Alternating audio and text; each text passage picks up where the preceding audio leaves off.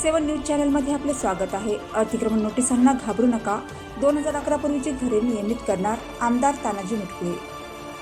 हिंगोलीमधील फलटण मोंढा आणि रिसाला बाजार भागात अतिक्रमण संदर्भात प्रशासनाकडून नागरिकांना नोटीस बजावण्यात आल्या आहेत। 7-12 उतार्यावर सरकार नाव असल्याने नागरिकांमध्ये चिंतेचे वातावरण होते। मात्र 2011 पूर्वीच्या सर्व रहिवाशांची घरे शासन निर्णयानुसार नियमित केली जाणार असून घाबरण्याची गरज नाही, असे आमदार तानाजीराव मुटकुळे यांनी स्पष्ट केले।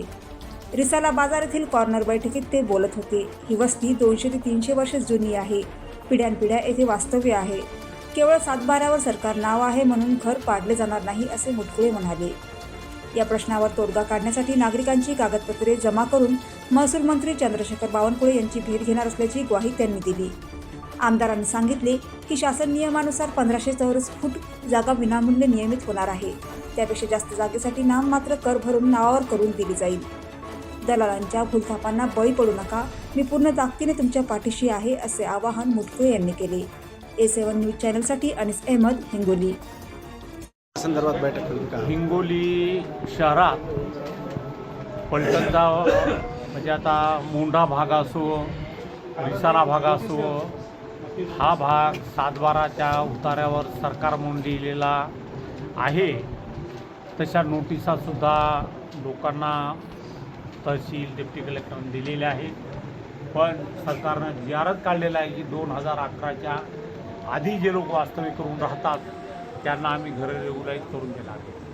ही तर 200, 300 वर्षाची घरं आहेत, त्यामुळे यांना कुठली चिंता करण्याचे कारण नाही।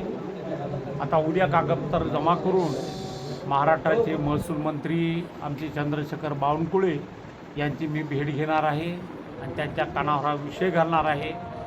मी नागरिकांना आवाहन करतो की आपण कुणी घाबरून जाऊ नका। 1500 स्क्वेअर फूट ही जागा तुम्हाला सरकार विनामूल्य देते। 1500 स्क्वेअर फूटच्या पुढं असलेली जमीन त्याच्यावर नॉमिनल टॅक्स भरून तीसुद्धा तुमच्या नावाने केली जाते।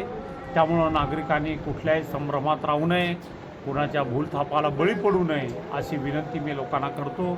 तुम्ही चिंता करू नका, तुमच्या पाठीमागं सरकार म्हणून मी पूर्णपणे खंबीरपणे तुमच्या पाठीशी उभा आहे।